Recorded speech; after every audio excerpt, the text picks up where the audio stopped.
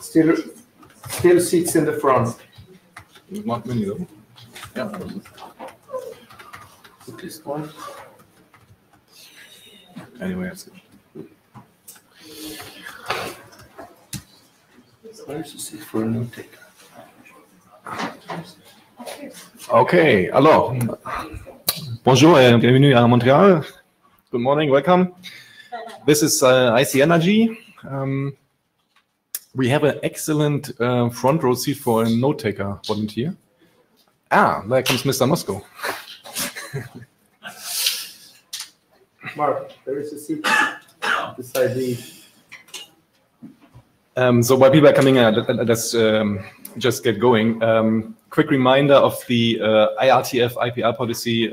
If you contribute anything or you see anything that you know is associated to IPR, you are expected to let us know soon. ICNRG has the usual infrastructure. We have a mailing list and a wiki.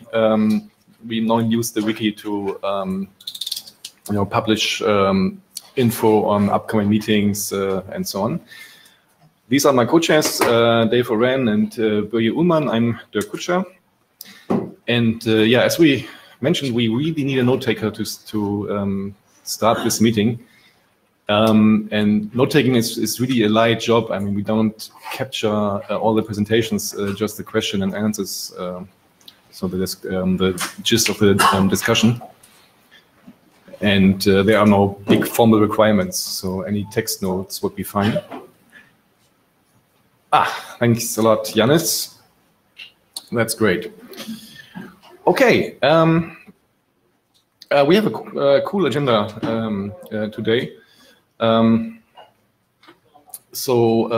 give a few updates about what happened in ICNRG and ICN in general in a moment.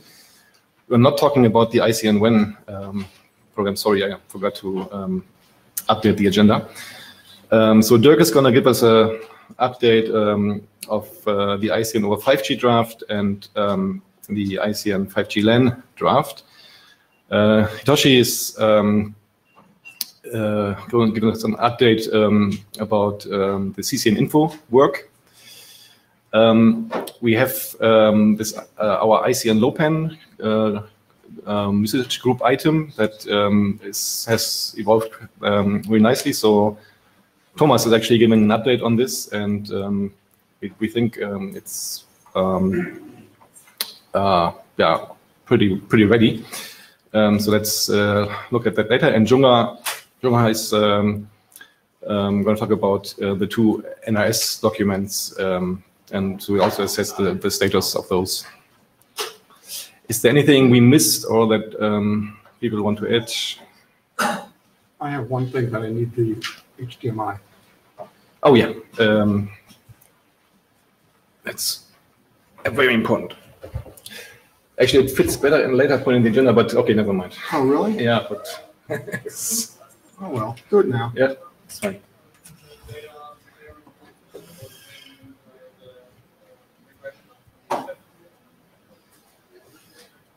So we had several side meetings this week, and this is one of those.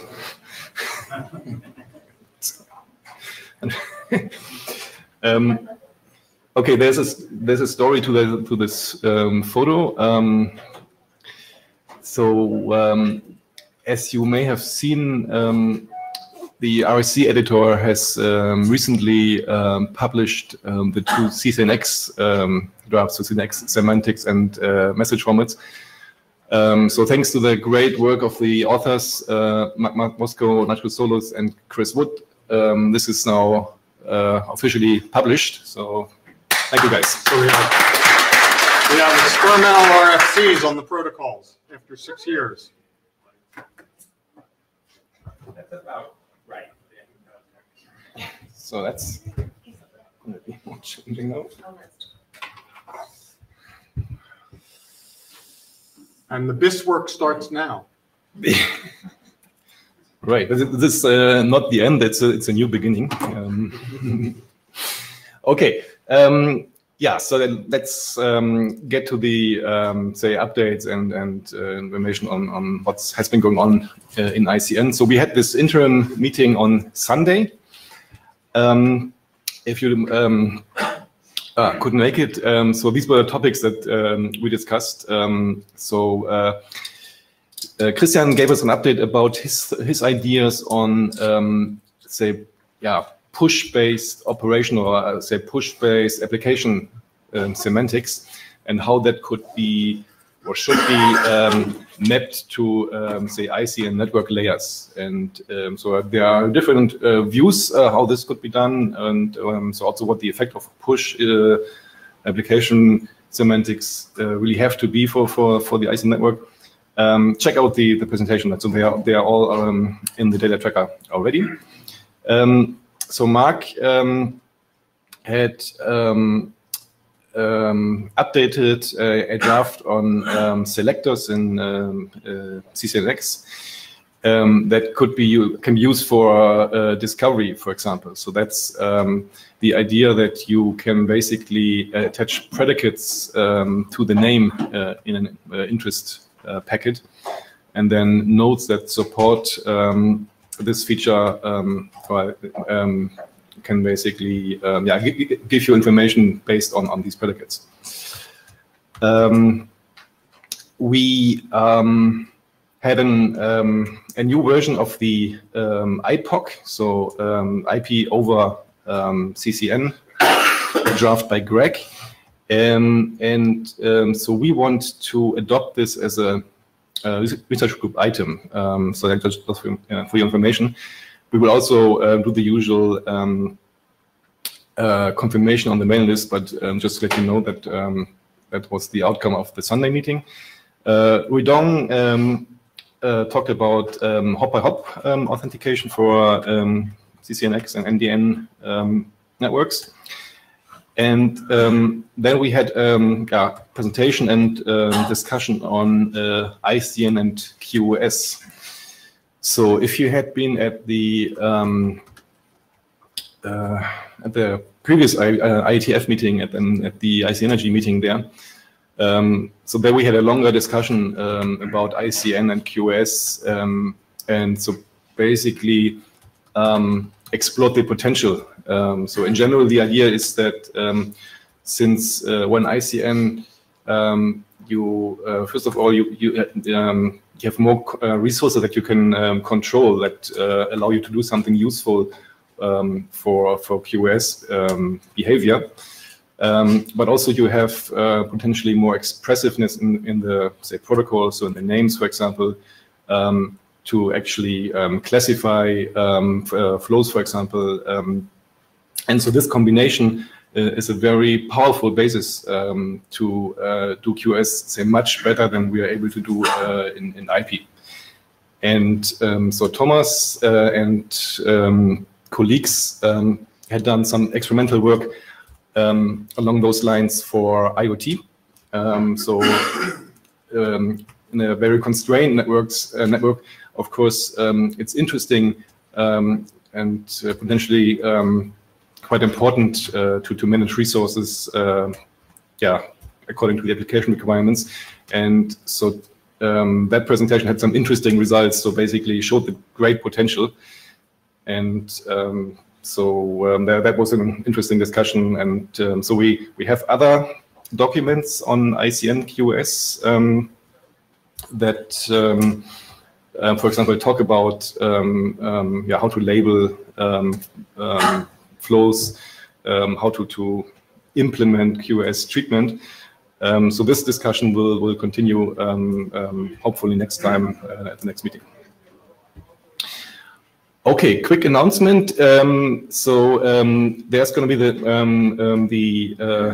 ACM ICN conference in September in Hong Kong, hosted by Hong Kong City University. The TPC meeting for the main program has just happened on the weekend, so the program will be announced, say, in a few weeks. Or so give us some time. But there is still an open call for posters and demos. So if you want to be part of that, please check it out and see how you want to contribute. So that's September 24th to 26th. So on the day before, September 23rd, there's a really cool event also in Hong Kong. So it's kind of co-located to the conference on using ICN, in this case NDN, for producing media. So that's Jeff Burke's activity. So trying to connect the ICN NDN community with the media and performing arts community. So it should be really nice if you come to Hong Kong anyway, consider attending that event as well. It's for free. And then the planning for ICN 2020 has started. So they are hosting opportunities. Böje sent out a call for hosting proposals recently on the mail list. So if you're interested to host a conference next year, please respond to that. Okay. Quick reminder, this is a almost but not 100% complete overview of, say, the work that we do in ICNRG. And so you see like the fundamental activities, so underlays, embeddings, core protocols, and then we have things like QoS that I just mentioned. I just brought up that picture again because of the photo that Dave showed earlier, because these are the core specs that we just published. And just to explain this, so this is a research group, so it's not that basically we produce like the one ICN standard. We don't do standards anyway. These are just experimental specifications. But this is just one way of doing ICM. That's CCNX. So this group is totally open to other ways, other protocols, other certifications. The whole idea is, well, to document those that people are interested to use, that are kind of mature in some way, with the goal to enable more experiments and more cool research. So just to explain this is not basically the only technology or the only protocol that ICNRG is doing. And so this brings up the number of ICNRG RFCs to 6. So that's actually quite nice. And so we hope to get out more say useful specification documents like this. These are the say active research group drafts.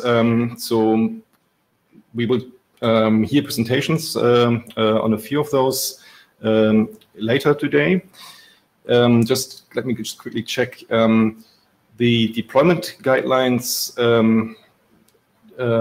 document that's finished, or we think it's finished in ICNRG. What's the current status in the IRSG? Waiting for IRSG final poll. Okay. And there's another one, which is the next one, the disaster, which is in IRSG final poll, and I think some of the IRSG members have yet to send in their poll votes. Okay. To Colin. So both of those are within days to week or two from going to the RFC editor for final publication. Right. There's one mistake here. This is the MedMe one. This is actually not a research group draft. I think it's just has been misnamed.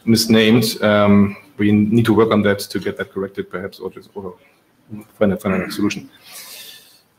And terminology is the same. So that's also, we believe, ready. And well, terminology, there's this two-step process when we finish. We finish an RG poll, everybody's happy.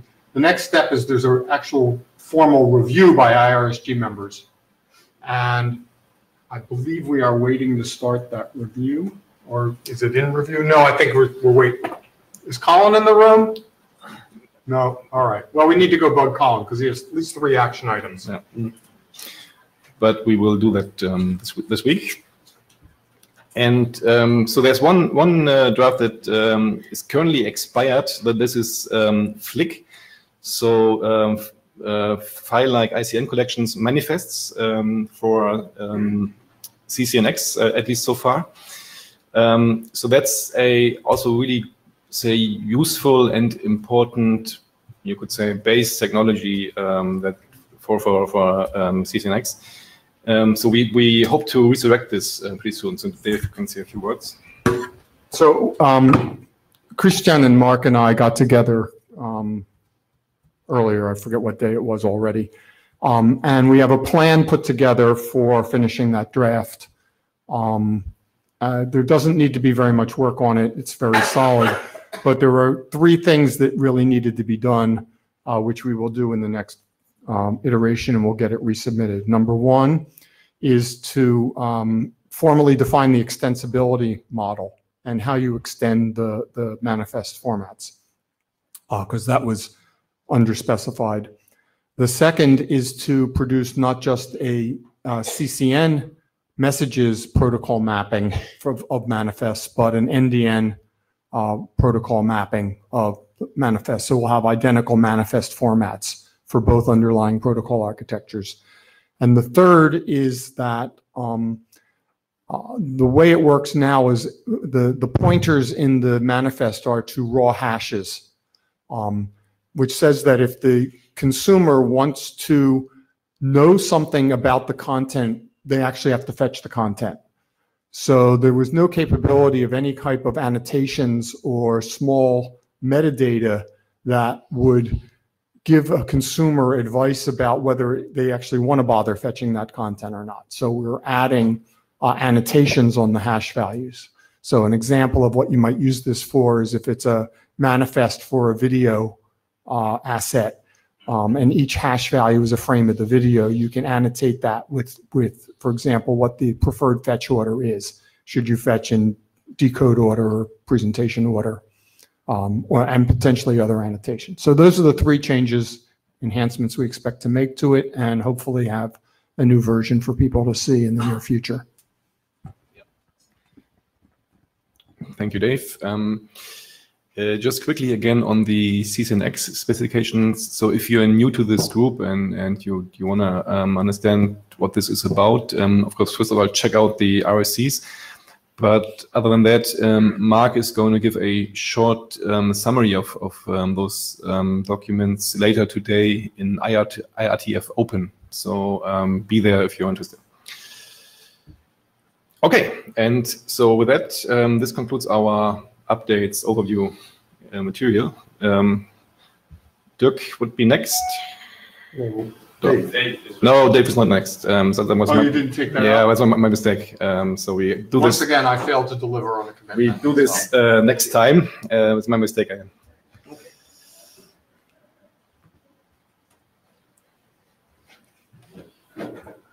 Okay, thanks. This is an update on the 5G, ICN and 5G draft. Of my Ravi definitely wanted to be online, but I hadn't seen him actually on the online over there, and with my co-authors here. The updates relate to drafts that we've currently have as an IETF draft, which is the 4G draft, which I thought was in last call, but I might get that wrong. We also, and I come to this later, it relates to the next presentation draft, where we've taken things out and put it into a separate draft.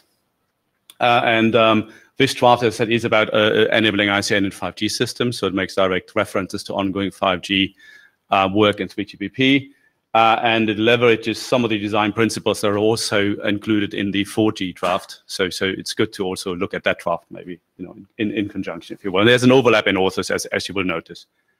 The updates in V4, we did a couple of editorial changes, so we combined the architectural pieces together to not have too many sections. We combined the actual next-gen core architecture, which talks mainly about the 5G components as they defined at 3GPP, and the specific part on how to actually extend the 5G core architecture with ICN support. That's being combined in a single section for editorial reasons. We also simplified the section that was new in VO3, which talks about the 5G LAN support, which is another area in the 3GPP work on 5G at the moment. And specifically removed the part that was a use case for this, the IP over ICN over 5G LAN to separate internet draft, which comes next. And that made the whole section simpler, and we only kept the actual ICN over 5G LAN piece in the actual draft. So it shrunk the section down. We also added a new description in a separate section called deployment consideration. So what we've done, we positioned the draft against the deployment consideration draft itself. So how does it fit in the categorization of underlay versus overlay, as well as the different migrations? And it's based on the latest version that's currently in the poll that the chairs outlined. So these are the updates we made. These are some of the pictures you can see in the draft, as well as the 5G core design guidelines that are being utilized. They are all being taken essentially from the various 3GPP documents that you can find in the references. The one that we added is the distributed LAN support that was added in version 3. Which is a new part that's being that's coming in. The work started initially for release 16, which is the current work in 3GPP for the current specifications, and there will be more work in the so-called release 17, which starts in October this year at the level of specifications. This is an updated picture we have in the draft on how do you realize the actual applications over the so-called transport convergence layer, which sits in between the app and the actual dual ICN IP stack. And there have been some updates to the text on how this TCL works and makes the selection of the actual packets to be routed either over ICN or over IP. There are some updates in the draft on this. Most of the updates have been, or they're actually not updates, there were simplifications being made on ICN over 5G LAN. And explaining specifically the new interfaces, which is a so-called NX interface, and it's called NX because the 3GPP didn't come up with a number yet. Usually the interfaces have a number boring like N4 and 6 and 9, whatever. This one is called NX because it hasn't got a number yet. And the forwarding is that's being described there is one of the ongoing piece of work in 3GPP on using so-called path-based forwarding over that new interface to establish an end-to-end LAN connection. So the idea here is that instead of having an IP bearer on your cellular device, you would have a LAN bearer on your cellular device, and the actual LANs can be separated from each other. So therefore, you might have a different LAN for one application versus yet another LAN for another application, or the LAN separation obviously happens between devices, for instance. Right. The section describes how the actual paths are being set up and encoded between the UPFs. UPFs are user plane functions in a 5G system, or for lack of a better word, if you want to associate it with the technology, very often they're SDN switches. They're usually slightly more complex than SDN switches, but as a simplification, that probably gives you an idea what the UPF is. It describes that the path identifiers are bidirectional by design, so you can send back and forth. That's intentional, similar to a LAN communication that you would have. As well as that several path identifiers can be combined into a multicast model. That's the part that's currently being pushed into release 17. So that hasn't been, and there's a note in the text that describes this. Based on the last meeting, while we were actually writing the draft, we expected this solution possibly to be adopted in release 16. It actually has been pushed into the discussions in release 17. So this is all work that's ongoing in parallel to what's going on in 3GPP. So the multicast has not yet been agreed at the 3GPP level.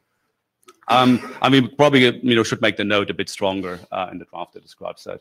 We also described in the draft then how do you utilize the path-based forwarding to send the packet from one layer 2 cellular device to yet another one. How does that work with a generic packet structure that's described at the bottom through the MAC addresses that are being assigned to the devices at the bearer level. So once you attach to the devices, very similar to today's IP model, you're getting an a MAC address assigned rather than an IP address. And then how is the actual forwarding at layer 2 being realized as described in the draft as well.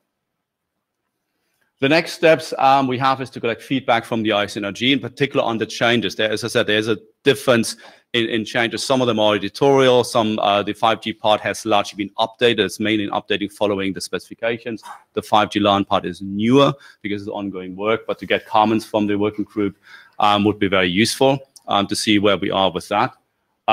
We also, with the authors, felt that in combination to the 4G draft, which is already a research group item, we would like to ask for adoption as a research group item because of the jump to the 5G technology, if you will, compared to the 4G one. And that then would make this document a companion document to the LTE 4G draft that I mentioned before. Hi, Jan, is this on? Yeah. Yes.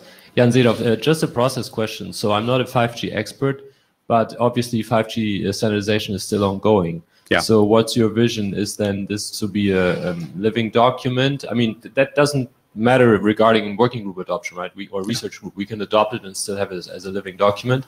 But do you want to have it hanging on until 5G is done, or do you foresee any major changes in the 5G LAN?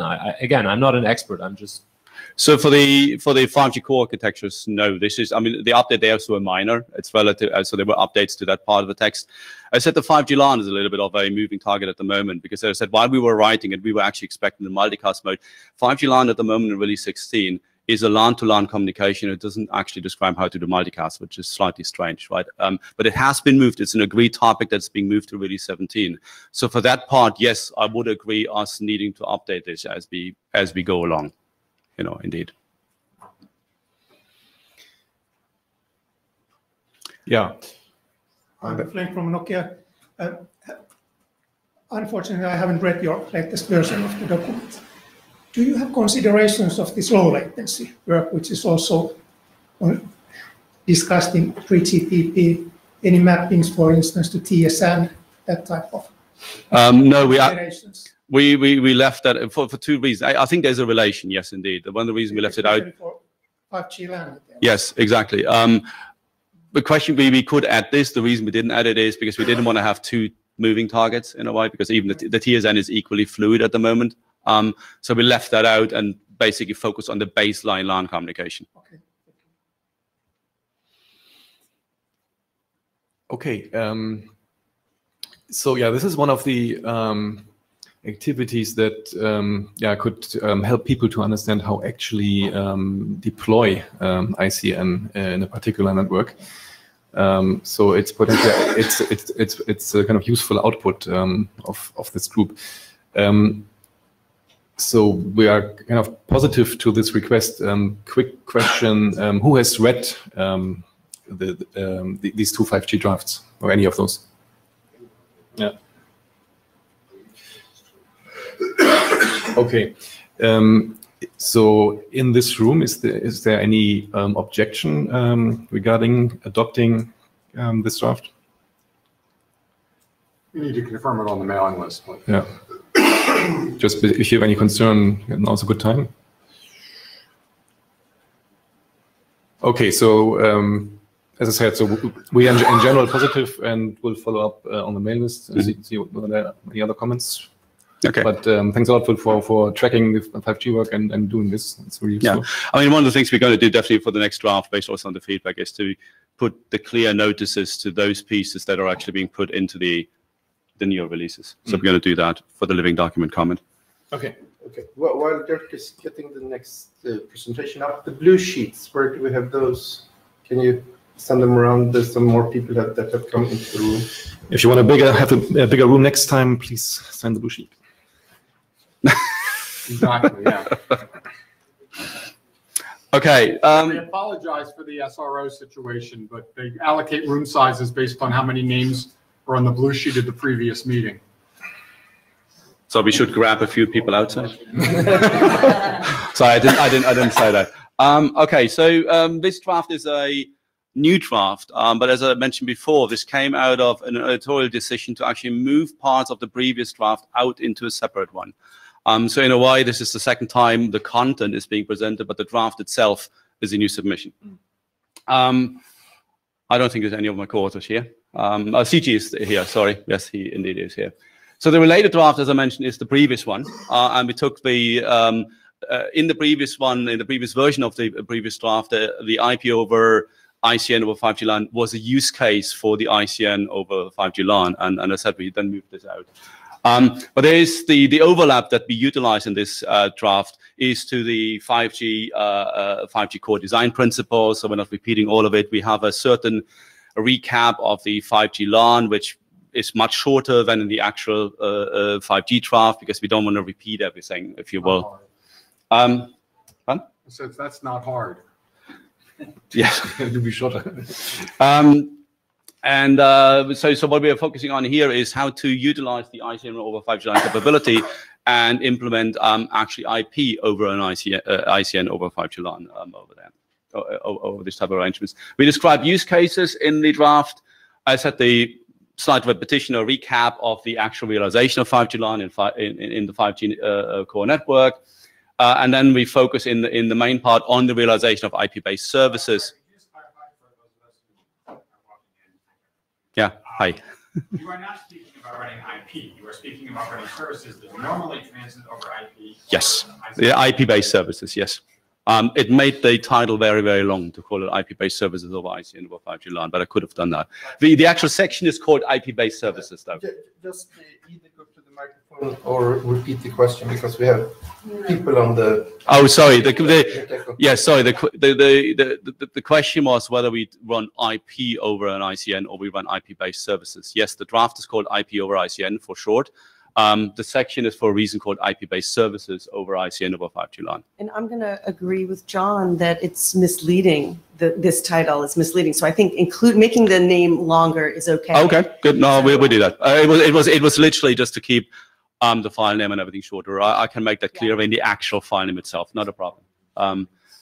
So we have the various items in the third section, and then we do the same as we've done in a change for the ICN over 5G draft, that we link to the deployment considerations in a separate section. So as I said, in the recap, we focus particular on these two new interfaces. The N6 interface, it has a number, so it is a little bit older. The NX interface is that new one that I was talking about before. So we discuss specifically how these interfaces play a role in our realization, but to a large extent, we refer back to the separate ICN over 5G draft in order to keep the section shorter. This relatively, and I have a next bullet item, one which is hopefully a little bit more useful. This rather full picture shows on the left-hand side, if you can recognize that, actual devices talking to each other at the application level on the left-hand side, on the right-hand side. You have a forwarding structure in the middle, which is the 5G LAN network. And at the bottom, we also talk about how to integrate legacy devices that have a full IP, TCP/IP protocol stack over a so-called service proxy. So in short, we describe with it, alongside this picture of how every internet IP-based service is interpreted as a named service transaction that is being routed over an ICN layer, which is the ICN over 5G LAN layer that is described in the separate draft. How the protocol stack flattens to the 4 layers being the actual IP-based services alongside, not on top of each other, and the name-based routing together with the layer 1 and layer 2. So that gives you the 4 layers. We then also describe the interaction of the ICN layer with the name resolver, which you could see in the previous picture. It was somewhere in that wild ASCII drawing in the middle, to register and discover IP-based services, to determine the actual end-to-end packet forwarding information. So in order to retrieve an actual path-based forwarding information, you use the name resolver to do that. And that's been done depending on what type of IP-based service you're considering. The one that we describe in the draft are HTTP services. We also have a mapping for pure IP level services for anything that we can't map, for instance, at the HTTP level. But we haven't included that in the draft. And the question would be, do we want to do that? We can do this. As I said, the interfaces to legacy devices and IP-based peering networks is established to the service proxy devices, which were at the bottom of that picture.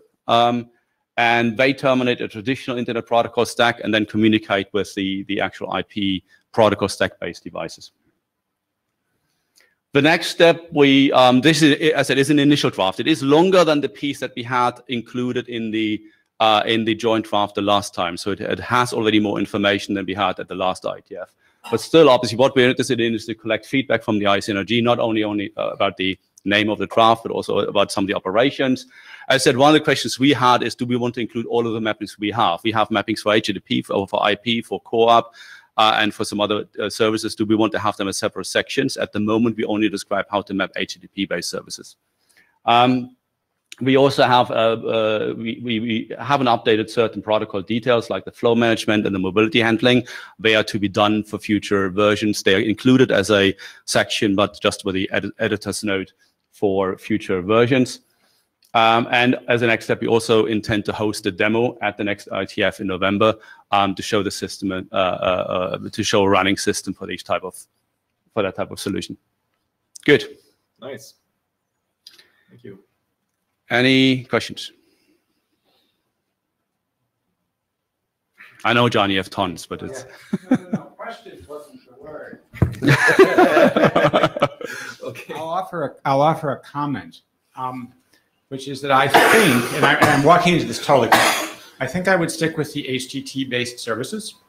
And the reason, roughly speaking, is this. I think that a significant set of people in the larger networking community outside of this room can understand why that would make sense, right? They can say HTTP is kind of an information transport protocol on top of IP. Now I map the services into IC, and that all feels really well, right? I think if you start at this moment in time proposing to map IP directly over IC and all that, you are going to become the subject of one of these famous T-shirts where it's like the recursive 17 layers over layers thing, and I actually don't think you should do that. Okay, good, thanks. It's kind of like the reasoning that we used to put HTTP at the moment in, because it also aligns better with the use case. I mean, there was a reasoning as well. The use case, if you read the use case section, they are actually HTTP use cases, right? And there's the reason for it, because it becomes more blindingly obvious why you would do that, right? The reason we do IP is, if you don't know anymore what to do, we just hand it to the IP layer. That's the reason we do the IP mapping, right? If somebody comes with a...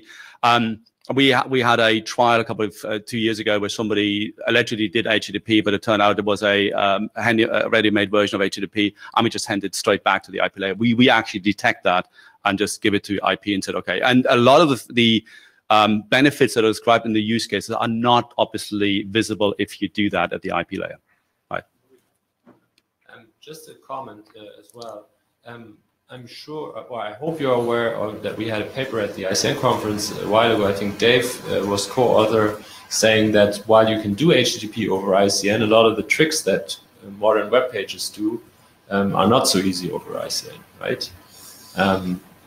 Dave, remember the Oh, I know the paper well. Well, yeah. So I'm just, it's just a comment. I mean, this is standardization, so you're basically defining how it will be done. But maybe you want to have a look at the paper that in reality, a lot of the stuff that we have on the web today is not so easy to do. But that was your conclusion, right, Dave? Correct me if I'm wrong. And then again, it's just I'm aware of the paper we can put in. Yeah, you know, I'm aware of the paper. Yeah. So there's a difference between easy to do and you will not like the end result.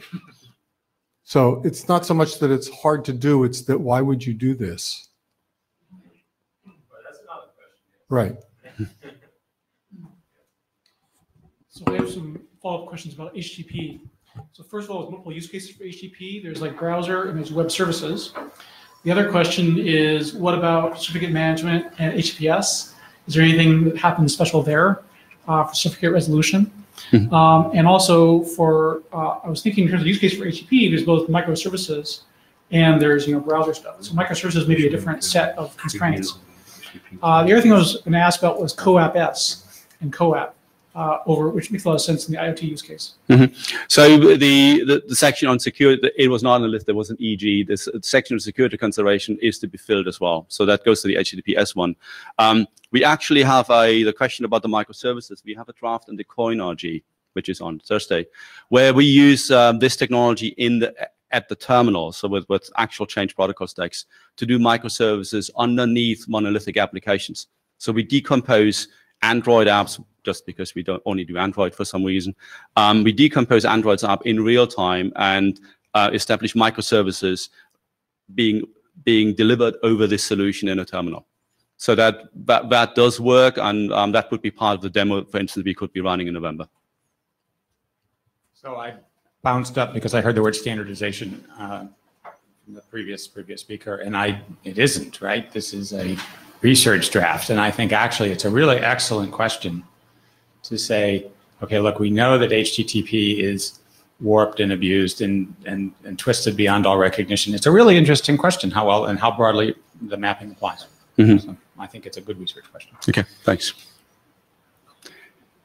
Yeah, just as a comment from Jess, I mean, the HTTP mapping here is not the core part of this work. It's certainly a good topic for this group to consider. So how to do web over ICN in general, and then also address the interesting challenges that Jan, for example, brought up. But it's not the core part of this document. Right? No, I mean yeah. I mean, for those of you who actually have been in the research group for quite some time, we presented early work of this as early as 2015, 2016. So this comes out of work that we've actually tuned much more towards standardized systems. So we had research prototypes in 2015. I think that I even demonstrated to the group. The reason we lean now more to what is possible in 5G is because some of the design we utilize is actually being brought into 5G standardization. Not everything. The HTTP mapping isn't, right? The HTTP mapping is really something that's much more related to the ICN discussions, which is why we have the discussions here. But stuff around 5G LAN, path-based forwarding, etc., is currently being put into 5G standardization and might be really part of running systems, at some point in time. Good. Okay. Thank you. Thank you.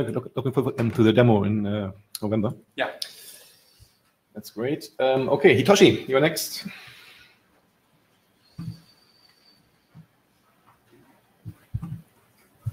Click on, yeah.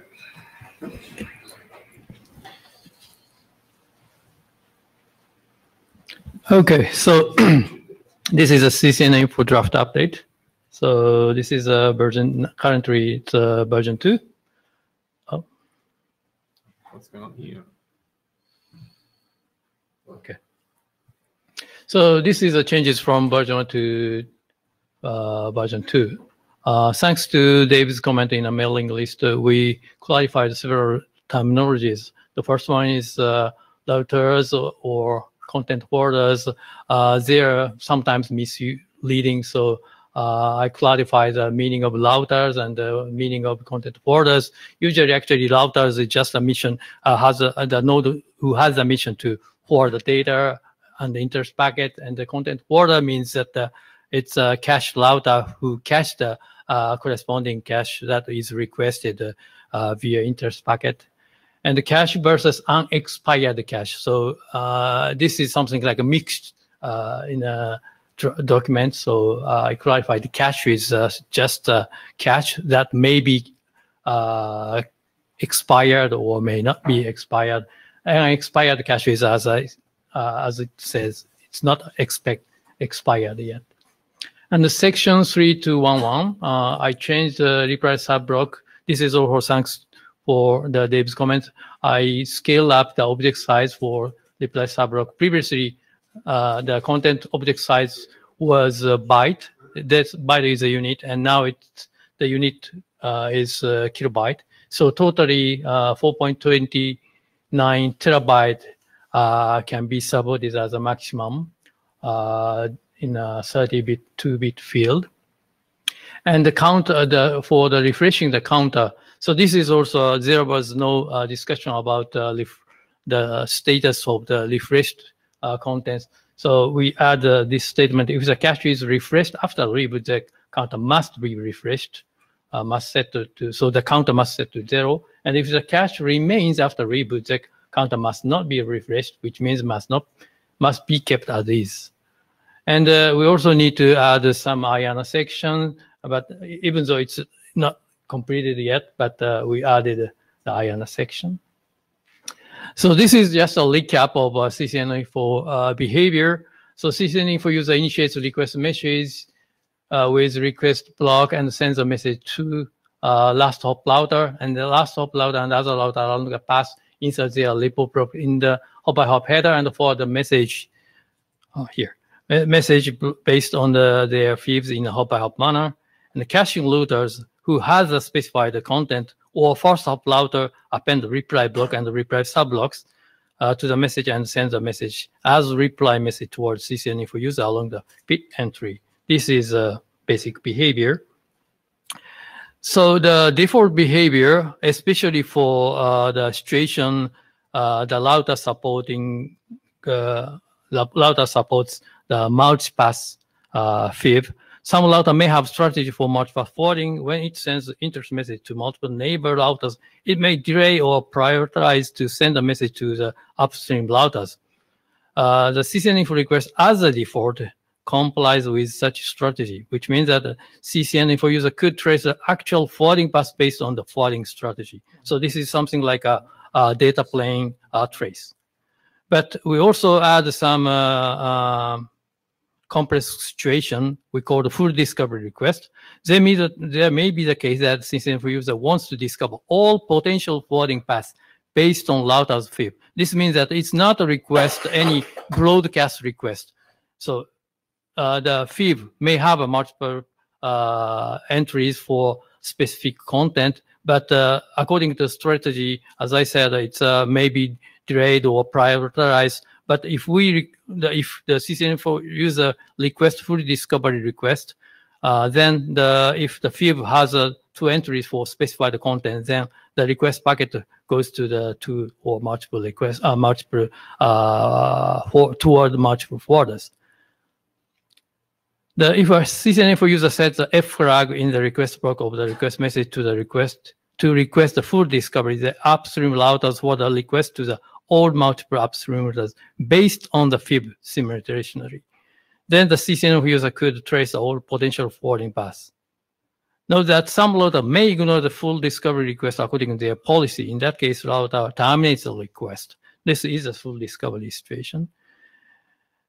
When a CCN info user requests a full discovery to receive the different reply message forwarded from different routers, bit entry initiated by CCN info remain until the configured CCN info reply timeout passes. So currently, the reply timeout is set. Maybe I remember 3 seconds as a two or three. Please read the draft. 2 or 3 seconds as a default. In other words, unlike the ordinary interest data communication in CCN, if the router accepts the full discovery request, the router should not limit the bit entry created by CCN info request until the timeout period expires. So the conclusion for at this moment, CCN info, which is compatible with CCNX version 1 TLB format, but of course it's compatible, but we add several new packet type and type values. And it is a powerful network tool providing various information in CCN. And the most important point of this draft is that we need to have get some agreement on, especially on multipath and security. So these are the maybe biggest issue. So please read the draft and give us a comment. It's really welcome. And the implementation is almost done in our open source implementation CEFOR. CEFOR is not only for CCN info, it's really compatible with Metis forwarder. So we already tried the interoperability test with Metis, and it's a full set of CCN forwarding demo and the content store. So it's already included in the CEFOR.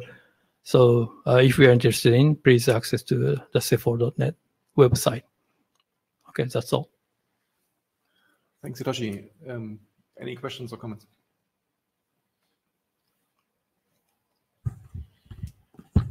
This is pretty important work, and it really needs a lot more eyes on it from people in the group. I know, I haven't looked at it since the last iteration, right? So I gave most of my comments, but I need to go through it again. And I think we really ought to look at one area that I think we ought to think a lot about is the whole question of flow balance and how we continue to achieve flow balance with a scheme like this. And the second area is whether doing things like this increases the priority of adopting work around multipath and path steering, which has been done in papers in the academic community, but we don't have an ICNRG draft on path steering, because path steering in this sort of like is a marriage that could be really nice. So one of the other issues regarding security is in the IP world, you kind of do the, there are different caches, and DNS usually decides which one you use, and then the trace route you do on the IP layer just goes to one source, right? And here in the ICN world, we have both intertwined, as we know. So one question from a security perspective is if, or I guess that you are asking for security comments, right? So one issue could be, would need to have to look at it closer, is that can you use this for discovery of caches that, you know, maybe the ICN service provider doesn't want you to discover because you usually routes to the other one? Or, I mean, then he would probably block CCN info. Is he supposed to do that? Is he allowed to do that? I don't know. Right. Right? Right. You can always lie. Well, but certain ISPs have gotten into big trouble for lying, right? Regarding, for instance, Comcast with peer-to-peer traffic and stuff. So yeah, you can always lie, and if the user believes your keys, well, yeah, then they You can deserve always they get lie, what they but deserve, and if they don't believe your keys, then they won't always believe the lie, but lies. If the FCC finds out, you might get into trouble. I'm just saying, just a comment. I mean, these are things I think we need to discuss. Thank you. Thank you. Actually, let me up-level this just a second. One of the things we discovered in NDN with discovery was that it was trivially easy for an attacker to do cache exploration, right? So ultimately, the NDN people got rid of the features that That's would exactly have what I'm allowed talking somebody about. to do Yeah. cache exploration. We don't want to reintroduce that problem by introducing CC That was info. exactly So right. whatever security is in CC info should not enable attacking consumers to do cache exploration. Right. That's exactly Is that what I what- wanted is to that- say. that's- That was exactly my point, and I just want to reiterate that in this respect, ICN is really different, and this is different than traceroute, because in the old world, it was two different things, and here it's intertwined. But yeah, this was exactly my comment, yes. Right, right. There might be a simple solution here because you have enough, I think we have enough information so that a cache would never return something that the producer wouldn't. In other words, if you send an CC info and something's in the cache, it's relatively easy to ascertain whether the producer would have answered that question. It might actually also be the case that in this case you would allow, like we were joking, but you might actually allow service providers not to answer CCN info requests if they don't want to disclose all their caching secrets. You know, they're Right. I think this is a longer off discussion, but I think I want to be really careful about taking the position that you don't answer the query. You may answer the query with not all the information that would expose this, but what we've learned with traceroute is that the refusal to answer a traceroute query and just drop it on the floor is really negative for debuggability of the network. And we're trying to, you know, I don't think we want to replace, sort of like go around the wheel again with what happened with traceroute and ISPs, where they just dropped traceroutes and refused to answer them rather than figuring out how to allow traceroutes to propagate and see the parts of the path that aren't sensitive, right? So, yeah, so just to finish, but just to be clear, we're just talking about the extension you call full path discovery, right? We're not talking about the core mechanism, I think, because the core mechanism just answers with one cache. Yeah. So this is a really good area for people to be looking at and suggesting what the right security versus manageability trade-offs are. But full discovery is not broadcast. So even though you get some answer from full discovery, that both or multiple replies must be legal, because the FIB already coordinated. Just according to the strategy, some of the upper path is prioritized, and the secondary or thirdary, they are just prioritized, so lower priority. So anyway, so the full discovery is not, again, it's not broadcast. It's not a full, well, the broadcast discovery. So it's a coordinated discovery, but the strategy may not, let's say, something like ignored. Such kind of prioritization may be ignored. So this is a difference. But anyway, thanks for your great comment. It's really interesting. But also several discussion about the security threat or something like access control and so on. We already slightly mentioned in a draft. So please read the draft, and we are really happy to get your comment again. Thank you. Yeah, especially since we got the base specs for CCNX out of the door. Now it's a really good time to ramp up activities on tooling as this. One question on C4. So you mentioned it interoperates with Metis. It's interoperated with Metis. Yes. We tried to some test for the interoperability with Metis. Okay. So Pauli, I mean, if you can confirm that maybe also later, whether it's actually compatible or actually complies to the CNX RFCs, that would be good to know. Mm-hmm. And we could mention that on our wiki page. Mm-hmm. Mm-hmm. Yeah, I already mentioned it in a wiki page. Fantastic. Okay. Thanks, Hitoshi.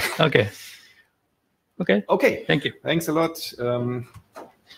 So we are switching gears to IoT and low power networks, and Thomas is going to give us an update. Yeah, something completely different. This is actually a story that's going on for a while, and Dirk just said it wouldn't be bad to give a brief recap on what this actually is about. I don't have slides for this, so I'm doing this hand-wavingly. If you look at low power lossy networks in the IoT of constrained devices that operate on batteries, then you have different link layers, like for instance 802.15.4, Bluetooth Low Energy, or you have these LWPAN things like LoRa and stuff. So these wireless technologies have the property that they that they are very constrained in several ways. They can only send a very low rate of packets.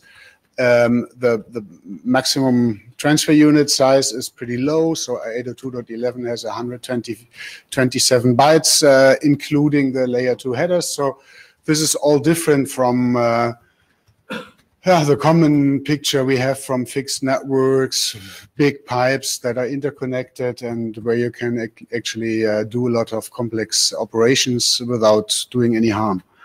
And to adapt the IP world to this, there's a lot of work has been done and is still ongoing in several groups. The most prominent was the 6LoWPAN adaptation layer that adapted the IPv6 world to 802.15.4.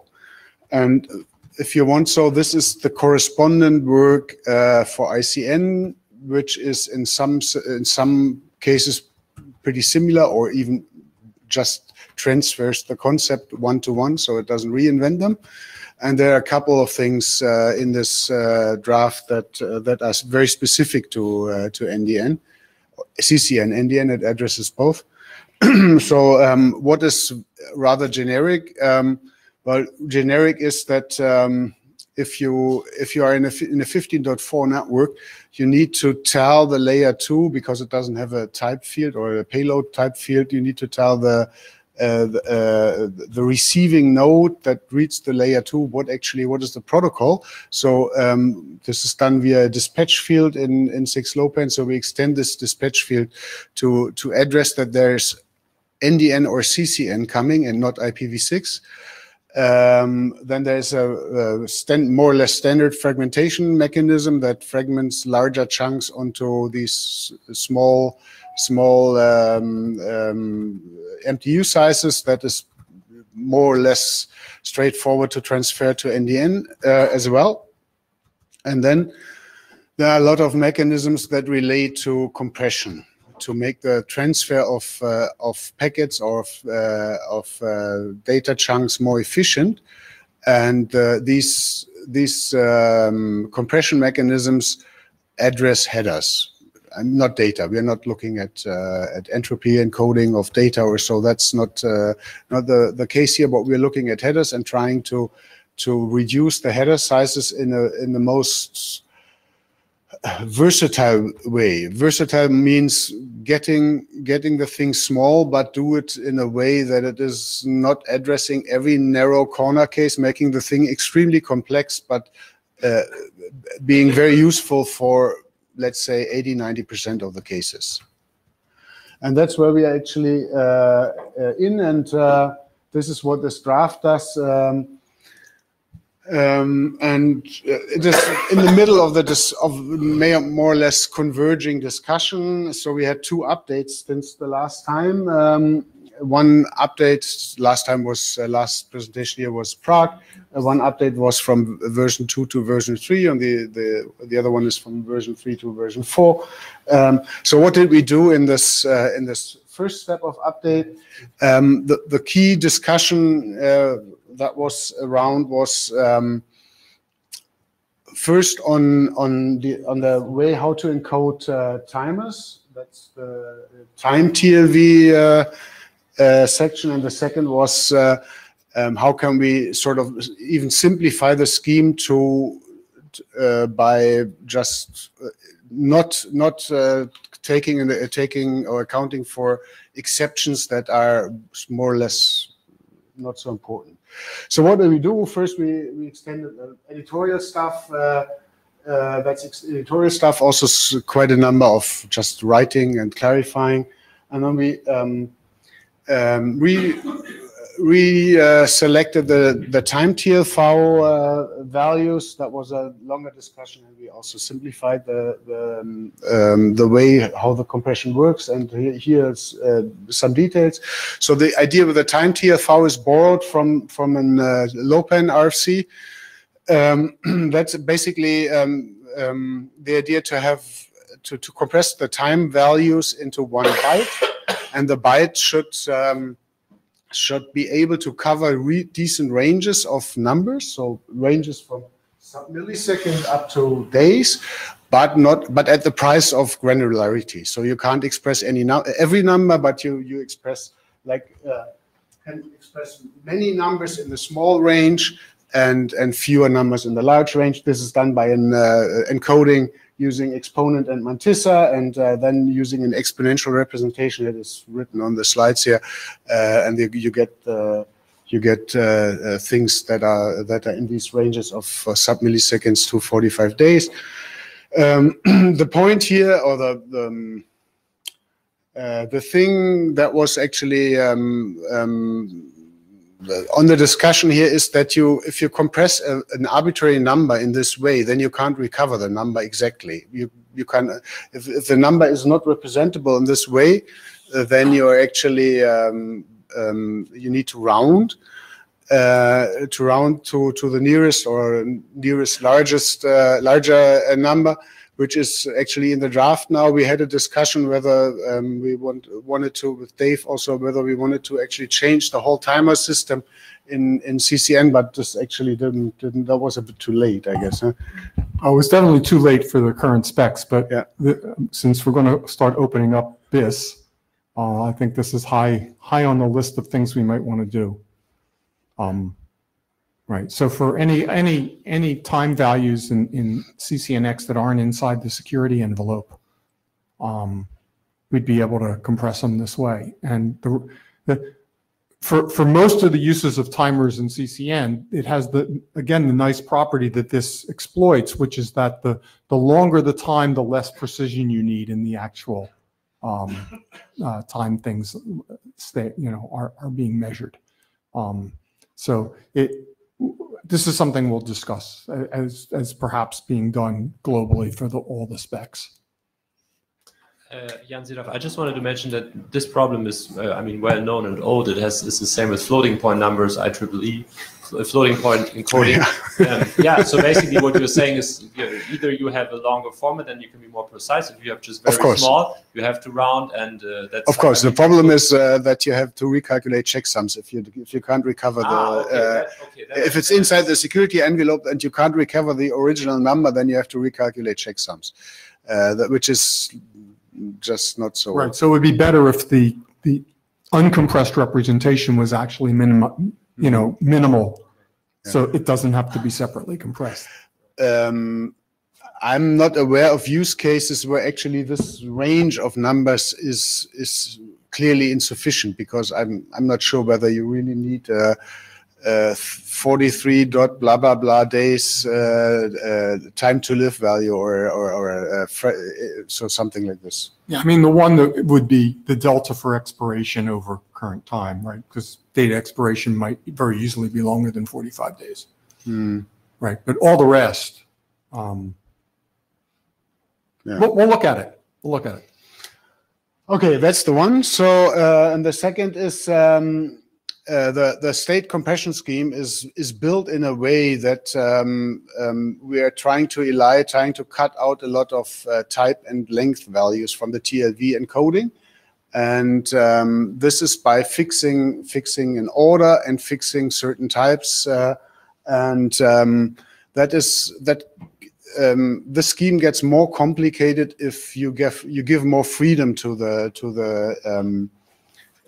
what you encode. And there was one discussion on hop limits in NDN. NDN has an optional hop limit; it is not mandatory. And if you want to encoding optional hop limits, then it actually blows the thing a little bit up. So we actually decided to say, okay, we always we assume there is a hop limit, and if there is no hop limit, then we can just insert a 255, which is a maximum hop limit size that doesn't do harm, and then we don't need to deal with the case that there is no hop limit. And the same as we also assume a nonce is present, and then we can actually fix the order, and then we can deduce that if an interest lifetime is there, then we can actually deduce it from the header length, because it's the remaining bytes. And the time TLV encoding is I already mentioned. And the same is a little bit for the data. So if we fix the order, we can actually once again deduce the last field, and that's the freshness period. This is optional. If it's there, we see it from the header length, and if it's not there, then the header is exhausted. And in the cases, I mean, that's always the fallback. In the cases where all these schemes don't apply, so for instance, the freshness period cannot be converted to the TLV or whatever, then we can always fall back to sending uncompressed data. So it is there's always a fallback that is not efficient but compatible to everything. That's the escape here. Of course, the objective is to hit most of the cases, to be applicable in most of the cases. So the second update we had is very recent. That is, we had a Zhongjiao, I can't really pronounce the name. Chenshao had kindly provided a thorough review for the version 3.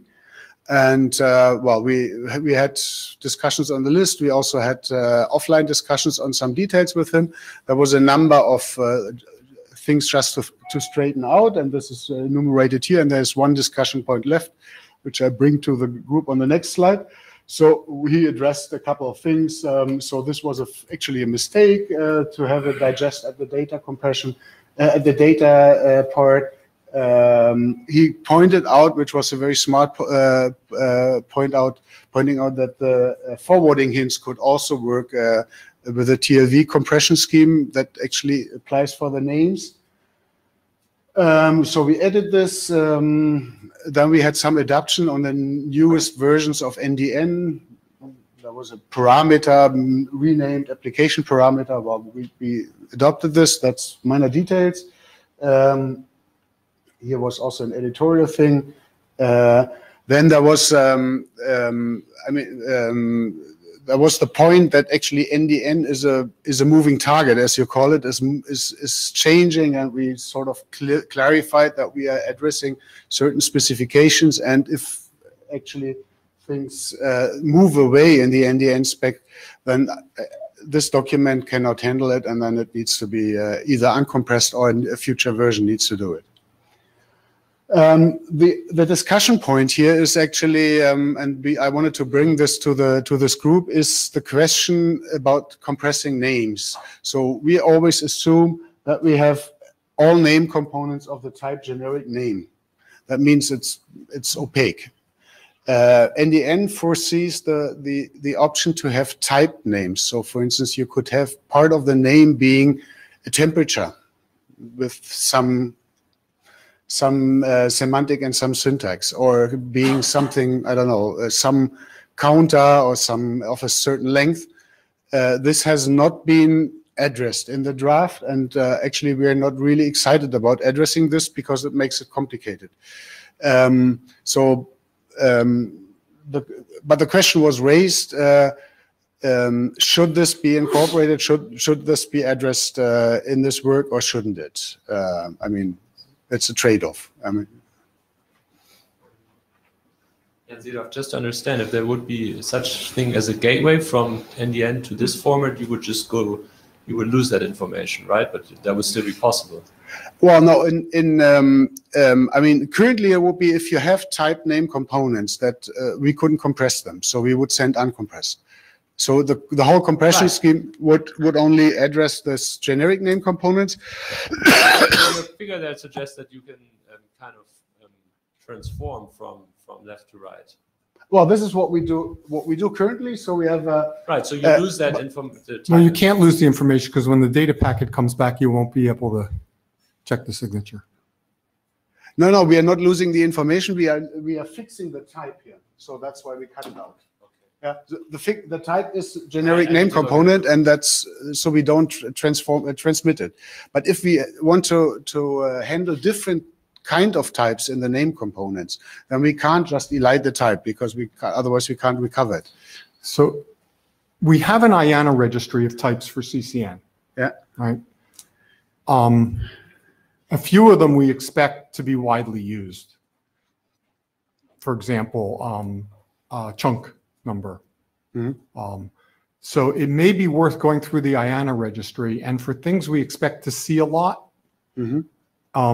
Have a fixed compression for those. Mm-hmm. I mean, I see the problem where if you want to be able to compress something where any, you know, the type is, you don't know anything about the types, right? You're going to lose a lot of compression in an attempt to carry the type information opaquely, right? Yeah. So there may be a compromise here where there are, you know, how many types are in the registry now? Like 2, 3, maybe 4. Yeah.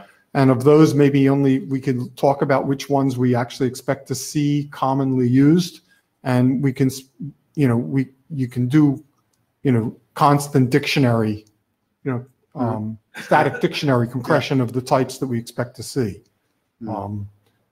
I had one quick question. When you say we don't compress, do you lose all the compression of everything, or only the compression of the name? I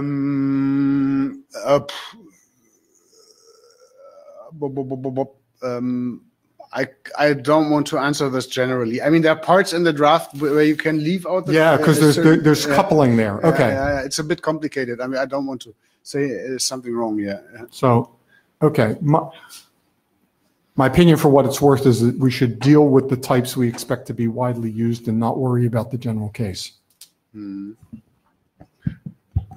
Okay. Yeah. So we can take a look, and we can maybe also exchange. Other people should weigh in on this, however. Yeah, of course. I mean, feedback solicited, and we can maybe also exchange some experience with Mark on that.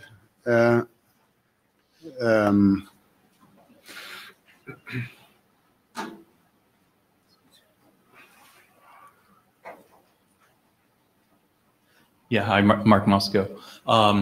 Yeah, when I had done the compression for CCNX before, which was unrelated to your draft, I used a dictionary approach where you set up state between, the receive, each hop along the path would have state from the previous hop. Oh, that's a stateful. Right. Yeah. So it's a stateful compression. Yeah. But there are, the other thing that you can exploit is lengths for name components usually are kind of short. So I was able to combine the type into the length bits, right? Okay, So okay. so I would say, oh, I just have like 4 bits for type and 4 bits for length or something, not exactly that, but I was able to put some amount of type information in there.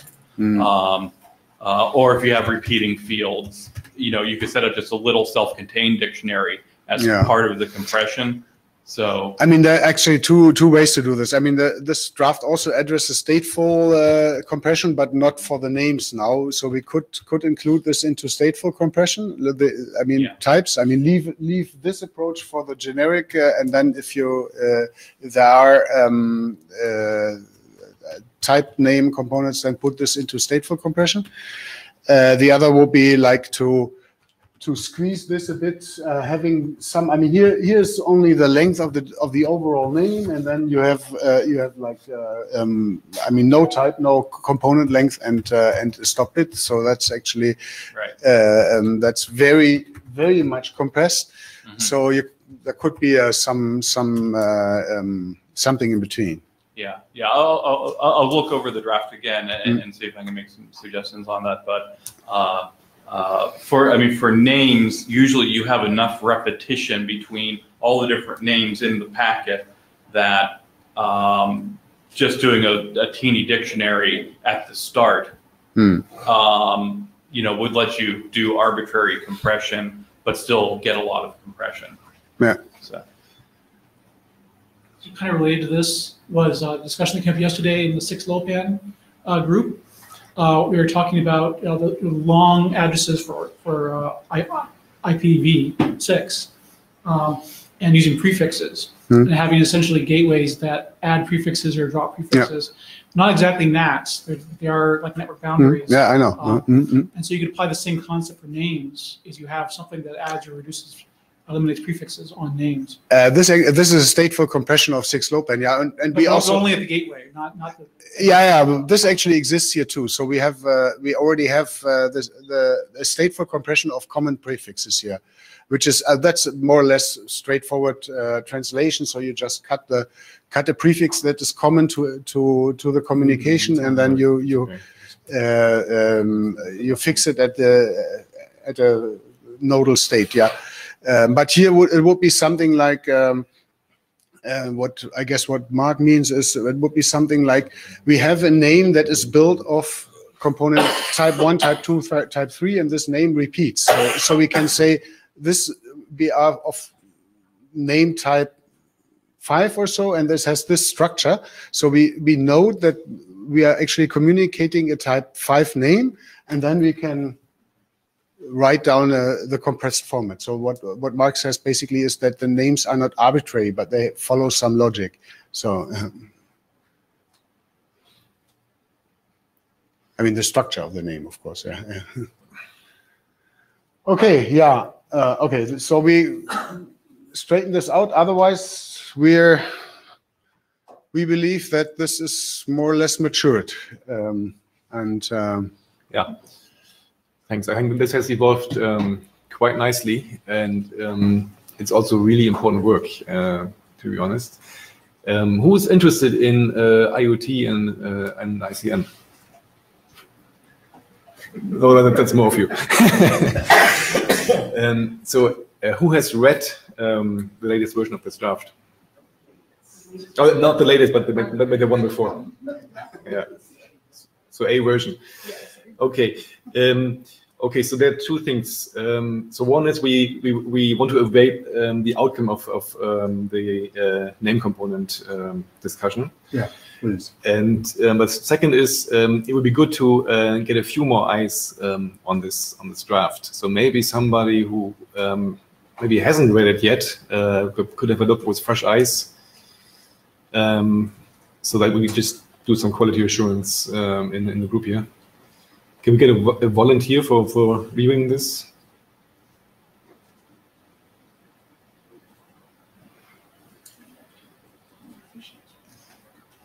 What's your time frame for that? 2 weeks. I think we're not. Next 2 weeks, no. But Do me a favor and say 47 seconds. Would you please just? That doesn't have an optimal logarithmic encoding. Yeah. Fair point. So it's not super urgent I because. will read it after I get papers finished that are due in the next week. But that's probably still okay, right? Because we want to have the discussion anyway. Okay, great, thank you. So just one additional comment. So so Thomas didn't mention it because he's super modest and nice guy. But so this is really interesting work in a sense because it really demonstrates the usefulness of ICN. So there's other work by that team that demonstrates all the nice properties in terms of robustness, performance, and so on. So comparing ICN over low-pan networks with like IP-based stacks. And the results, if I may say so, are really, really promising. So this is really one area where ICN really shines. And so that's also why we want to get this out and publish this as one of our next specifications. Okay, thank you. And we're moving on with name resolution and having Jongha on the stage. And the clicker is where? Here. Who hasn't signed the blue sheet yet? Your blue sheets? Here. Ah, very good. Thank you.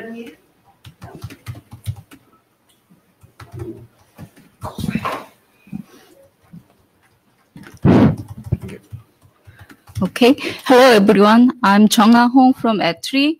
This is the update on NRS document. We have a 2 NRS document which is adopted after IETF 102, and one is requirements for NRS in ICN, and the other is architectural consideration of ICN using NRS. The first one, the title of the first one has changed it into design guidelines. The reason why we changed it, when we say requirement, it is too strong. And also the things that we have described in the draft, well, you cannot qualify or require, you cannot meet all the requirements in one system. So it was too strong. So we changed it into the design guidelines. So which means that these are things that you can consider when you design the NRS for your system. So the first one, design guidelines for NRS in ICN. This is the 02 version. We haven't changed the name file name yet, so it has the requirements in it, but next time we'll change it into the guidelines. And we have 6 authors. And this document focuses on NRS itself as a service or as a system in ICN. And this document also defines what is NRS in ICN. We also categorize the NRS approaches and also provides the comparison of each among the approaches. We provide the functionality of the NRS in ICN, which includes how NRS is used in different ICN architectures. We provide the design guidelines as well for NRS, as well as the security considerations. On the left side is the previous version. On the right side is the current version. On the section 3, originally we had the analysis of the NRS approaches before, but in the previous version we removed it because we concentrated on the NRS system itself. But somehow we had a discussion among the authors that we better to have these approaches back, so we put it back in there. So let me explain a little bit about what these approaches are. The first explicit name resolution approach is you have the name resolution service system as a standalone in your architecture, and that's most the user way. And the second name-based routing approach is like a CCN and NDN. You do the hop by hop name resolution when you forward the interest packets. And the third is a hybrid of those two. And then we give some comparison of those approaches in subsection 3.4. And section 4, it was the originally way back. It started from motivation of NRS, and then we changed it to the objectives, and now we change it to the functionality. So these are things is how NRS can be utilized in ICN. So, and also we had the use cases before, but we integrate this use case into the each functionalities. So, and also for this revision, we added another functionality, which is the supporting metadata. I'll explain in the next slides about it. And regarding to change the title, obviously the section 5 title is design guidelines, which is the main contribution of this document. And before, when we had the requirements, we categorized it in terms of the service aspect and system and security aspect before, but we integrate the service and system aspect into the guidelines, and we separate the security aspect to the individual section to the security considerations. So this is the major updates for this current version. I already explained that the title has been changed and subsection object has been changed to functionalities, and also use case integrated into the functionalities. And the support metadata is you give the name to the NRS system, and the NRS system returns a set of the metadata. And this metadata could include the alternative object locations or supported object transfer protocols or caching policies or security parameters, the data format or hash of the object data, etc. And this metadata could be used for selection of the object transfer protocol or security mechanism or egress in interfaces and so on. And again, the title section 5 has been changed to the design guidelines. And the second draft is on architectural consideration of the ICN using NRS. And we added 2 new authors, so we are 5 now. And the scope of this document is this focuses on things related to the ICN architecture. So the difference between the first one and second is the first one was we tried to focus on the NRS system itself, but the second is these are things which is related to the ICN architecture. So things you have to consider in respect of the ICN architecture here. So this document also discusses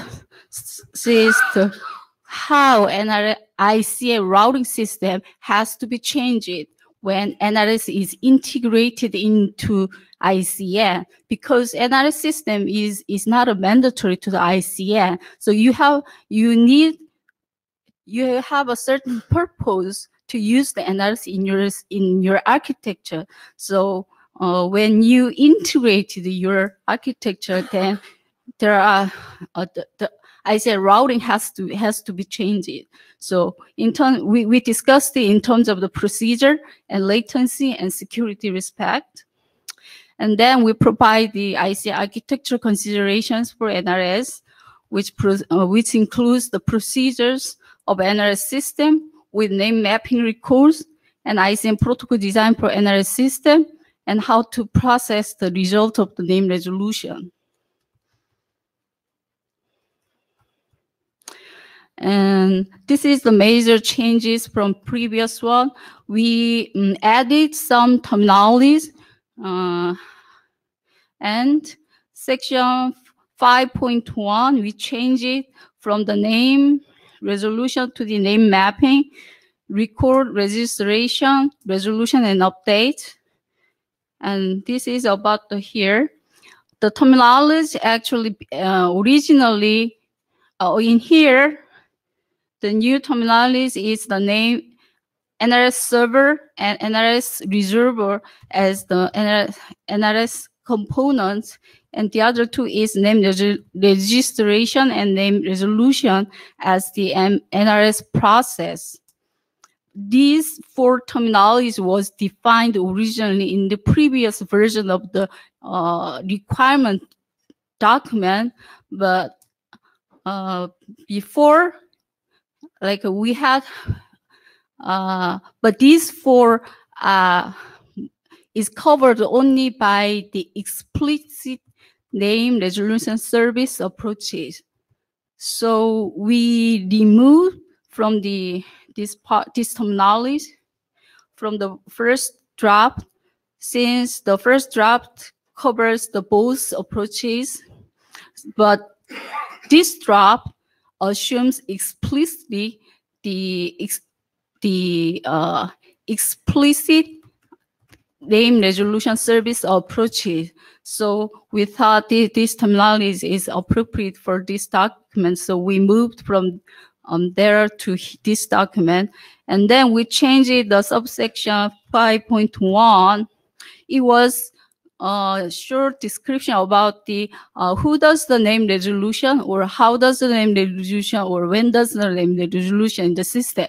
And then we keep the contents of that for this subsection, but the way we describe has been changed into the we explain what is name registration and name resolution, and what is the name record updates. According to that, we still explaining that who does the name resolution and when does the name resolution. So in this picture, we haven't added this picture in the draft, but just to just put it in the slide that the name registration can be done by producer or ICN router.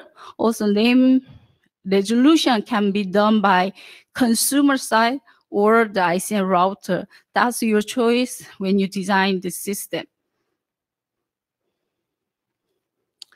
Yeah, this is all I have for today. And I think it's mature for RG last call. So any comments, please?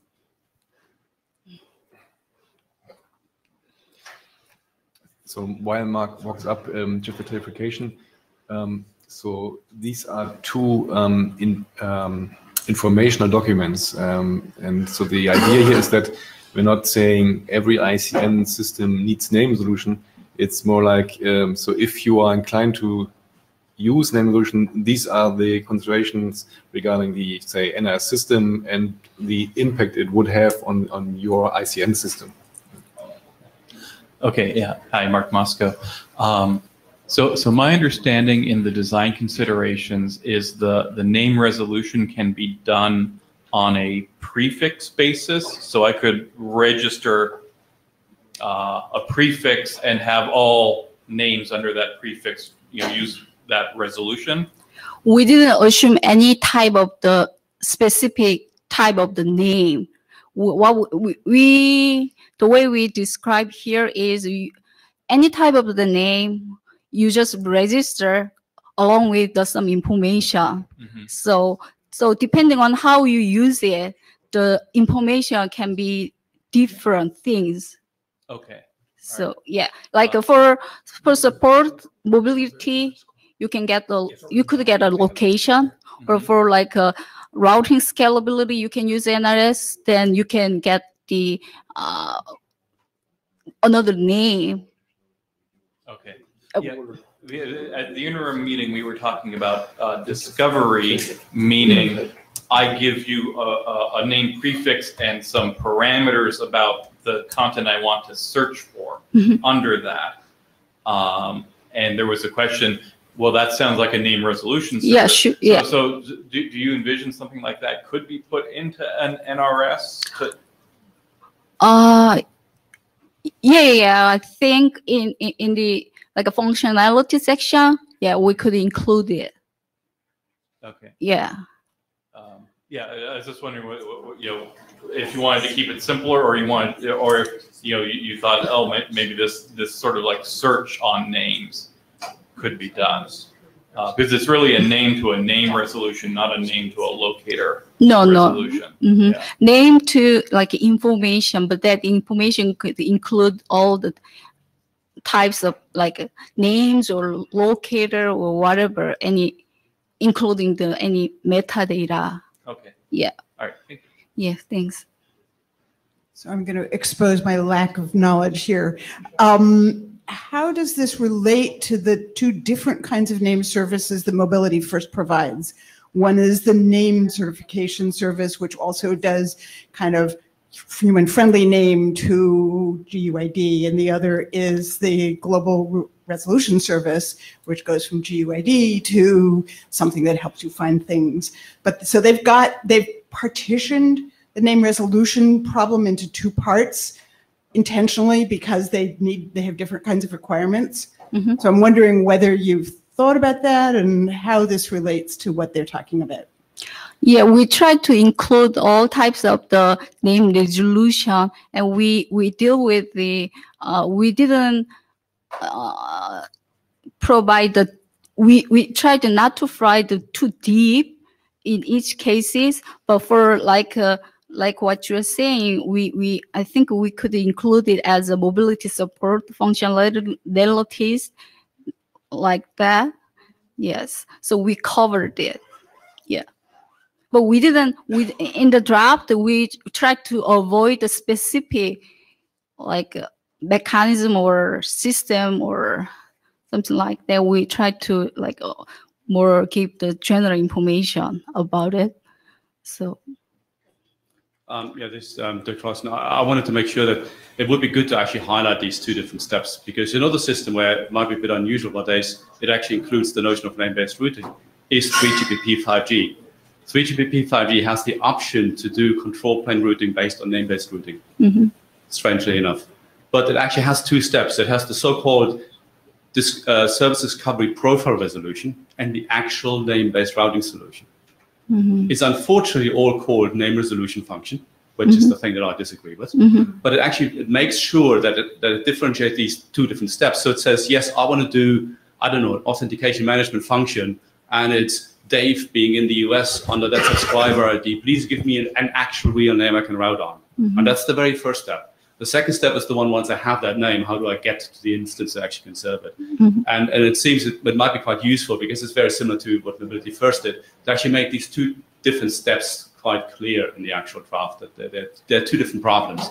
For instance, in our system, we don't implement the first one, because the first one is a lot about business logic. How do you translate a subscriber onto a name, from a routing perspective, you might not care that much about it. Yeah, I can comment on those two things. Is that the way these drafts are written is that we're describing these at the high generic level. So you have the explicit name resolution that you map something at the server like DNS or something like that, and you have the name-based routing. And then we have the third thing, which is a hybrid approach where you combine these in some ways. So I think all of these alternatives are covered at the high general level in the draft. And I believe we have examples from Mobility First in the draft as well. So I was going to say, you should mention some of these other cases in the draft. They are. But I think one of the things that's interesting about the Mobility First model is that they name the high-level resolution service. They recognize that there may be many of them. I could choose one that's fast. I could choose one that's specialized. I could choose one that has certain characteristics. So there are multiple different possibilities for that name resolution service. But the understanding is once you've mapped to that name, which needs to be globally resolvable, there you need one. So there are different requirements and different kind of constraints on those systems.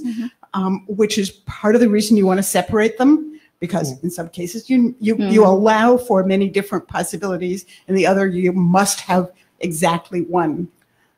So thinking about that, I am fully aware of what you're saying, and we're being very careful to talk about the name resolution service and not the name resolution system or multiples. So what we talk about is that you can have a service that do name resolution, and that can be implemented as different systems, and you can have things that scale between different application scenarios. I should go read it. It's really the answer. Yes.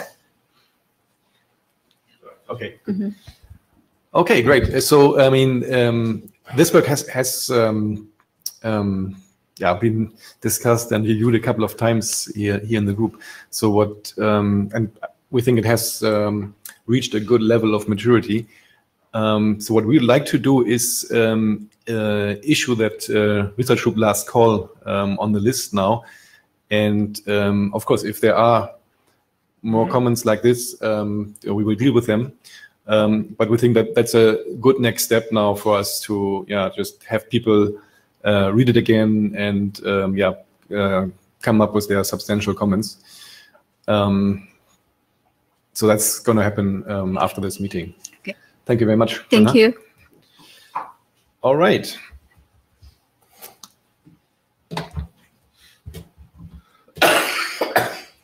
So that was the end of our technical agenda. Just a few pieces of information. So I mentioned the ICN conference. There's actually another ICN event even before that, and that is the NDN community meeting September 5th and 6th in Gaithersburg, Maryland. At the Hong Kong ACM conference, so that's going to be the main conference. The day before there is the Touch NDN event. And we would also like to have an interim meeting after the conference, so on Friday the 27th. So that means if you come to Hong Kong, you have a really nice week of ICN activities going on. You can thank us later. No big. So we have always been doing this for the last years at the conference, because it was actually always a really nice opportunity to, for example, do a deep dive on certain interesting topics that came up at the conference, give people a chance to really discuss things with more depth. So that is, we felt that was actually quite useful in past years. Other than that, we are also planning for an ICNRG meeting at Singapore, where you have to see the demo by Dirk. So it's going to at least be one regular meeting like this. Further details we can discuss in Hong Kong, for example. With that, we are done. Thanks a lot for coming. Please attend IETF Open if you're interested. Thank you.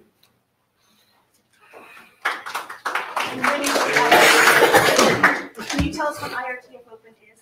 I think it's after the lunch break. No. Oh, sorry. It's a second session after lunch. Second afternoon slot. What's the other blue sheet? Blue sheet. There's another one of these. The other So one. we need to issue RGS calls for NRS. And we'll wait for the next OPEN. Right. And we need to bug Colin about the IRSG reviews. Yes. Terminology.